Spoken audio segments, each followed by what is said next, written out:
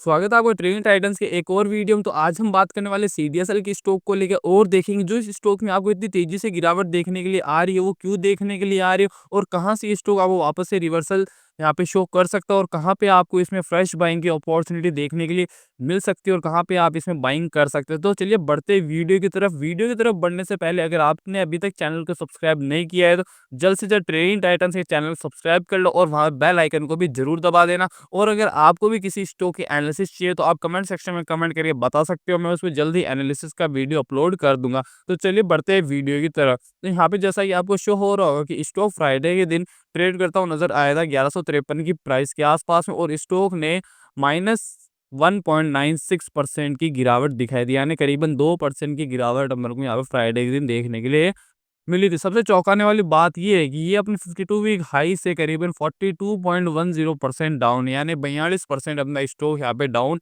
आता हुआ नजर आ गया होगा। स्टॉक की अगर बात करोगे तो स्टॉक तो आप जानते होंगे सीडीएसएल, जो आपकी स्टॉक मार्केट में जो भी आप इन्वेस्टमेंट करते हो, जो भी शेयर खरीदते बेचते हो, ट्रेडिंग करते हो, उन सब का जो भी रिकॉर्ड रहता है वो सीडीएसएल के थ्रू रखा जाता है। उनको ट्रांसफर करना, उनको होल्ड करना, वो सब सीडीएसएल प्रोवाइड करवाता है। अब आपको पता ही होगा कि स्टॉक काफ़ी ज़्यादा सही है और इसके मुकाबले का कोई दूसरा स्टॉक नहीं इस सेक्टर के अंदर। लेकिन फिर भी जो स्टॉक की वैल्यू वो क्यों गिरे जा रही है? तो इसका जो सबसे बड़ा कारण निकल कर आ रहा है वो आ रहा है अपने इंडियन मार्केट में जो वॉल्यूम डाउन होती हुई नज़र आ रही है। यानी जो एफएनओ ट्रेडर्स थे उनकी वॉल्यूम 30 से 40% तक गिर चुकी है जब से सेबी ने नए रूल्स यहाँ पे रेगुलेट करे हैं तब से।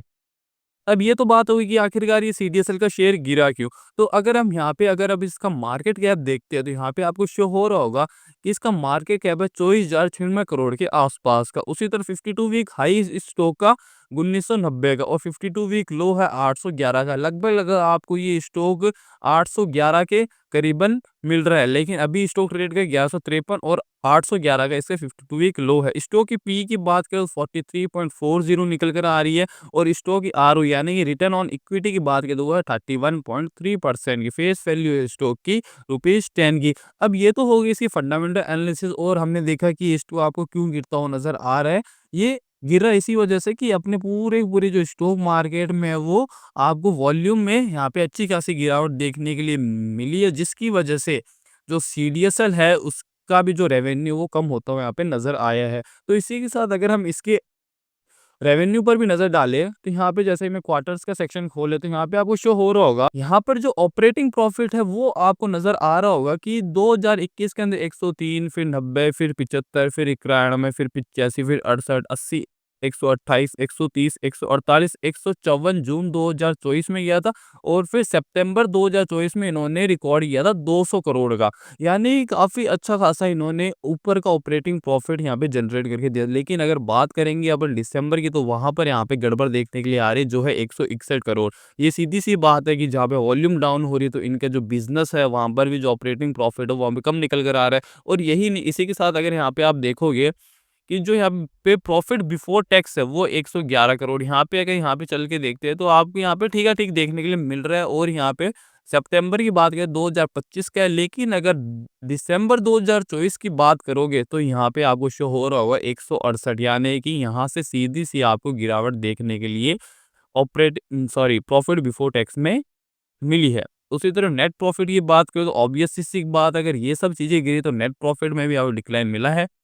तो नेट प्रॉफिट में अगर 2024 सितंबर की बात करें तो वो है अपना 162 करोड़ का और उसी तरह 2024 दिसंबर की बात करें क्वार्टर की तो वहाँ पे आपको शो हो रहा होगा कि इसने 130 करोड़ यानी कि 32 करोड़ का मतलब कि नीचे का तरफ प्रॉफिट बुक किया है, यानी कि कंपनी थोड़ा सा आया लॉस में आया है।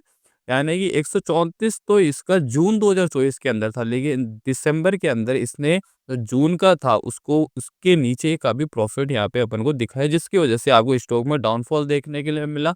और इसी के साथ जो अपना इंडियन मार्केट वो भी आपको अभी पता हो कुछ खास करता हुआ नजर नहीं आ रहा है, नीचे की तरफ बढ़ता हुआ नजर आ रहा है, तो उसका भी इम्पैक्ट आपको इस स्टॉक पे अच्छा खासा देखने के लिए मिला। तो अब बढ़ते हैं इसके चार्ट की तरफ। तो जैसा कि आपको यहाँ पे शो हो रहा होगा, मैंने यहाँ पे CDSL daily time frame chart खोला हुआ है और यहाँ पे स्टॉक करंटली ट्रेड कर रहा है 1208 के आसपास में। 20 ईएमए के भी नीचे स्टॉक आपको ट्रेड करता हुआ नजर आ रहा है। 20 ईएमए अपने 1208 का और इसके नीचे ट्रेड करता हुआ नजर आ रहा है, जो भी एक इसके लिए नेगेटिव पॉइंट निकल कर आ रहा है स्टॉक के लिए। लेकिन फर्दर अगर हम यहाँ पे देखते हैं तो आपको स्टॉक में कॉन्टिन्यूसली यहाँ पे डाउनफॉल देखने के लिए आ रहा है। यानी कॉन्टिन्यूअसली इस स्टॉक में आपको यहाँ से डाउनफॉल देखने के लिए मिल रहा है, जब स्टॉक ने अपना हाई लगाया था 1998 के करीब का। तो वहाँ से आपको अच्छा खासा डाउनफॉल देखने को मिला। अब बात आती है कि स्टॉक आपको कहाँ से रिवर्सल दिखा सकता है और कहाँ से आपको यहाँ से ऊपर का मोमेंटम देखने के लिए मिल सकता है। तो सबसे पहले अगर हम बात करें, तो जो इसका जो पहला पॉइंट है, वो इसको सस्टेन करना पड़ेगा 20 ईएमए के ऊपर। अगर ये स्टॉक 20 ईएमए यानी कि जो 1208 है, मतलब कि ये 20 ईएमए जैसे ऊपर निकलता है, तब यहाँ पे स्टॉक में थोड़ा-सा आपको बुलिश मोमेंटम देखने के लिए मिल सकता है। फिर जैसे ही ये अगर स्टॉक यहाँ पे जो इस ये यहाँ पे जो रेजिस्टेंस है 1245 का, अगर इसके ऊपर सस्टेन करता हुआ नज़र आता है, तो स्टॉक यहाँ से ऊपर जाता हुआ नज़र आ सकता है। जिसके अंदर जो आपका टारगेट रहने वाला है, पहला टारगेट, वो आपका रहने वाला है करीबन-करीबन 1304 के आस-पास। अगर इसके ऊपर भी क्रॉस करता है ये स्टॉक आपको, तो यहाँ से आपको सीधा टारगेट देखने के लिए मिलने वाला है 1350 के करीब का। और फिर आपको यहाँ पे शो हो रहा होगी, यहाँ पर एक गैप भी था, जो यहाँ पे बाकी रह चुका है। मतलब ये जो गैप आपको यहाँ पे शो हो रहा होगा, ये गैप भी यहाँ पे फिल होना ज़रूरी है।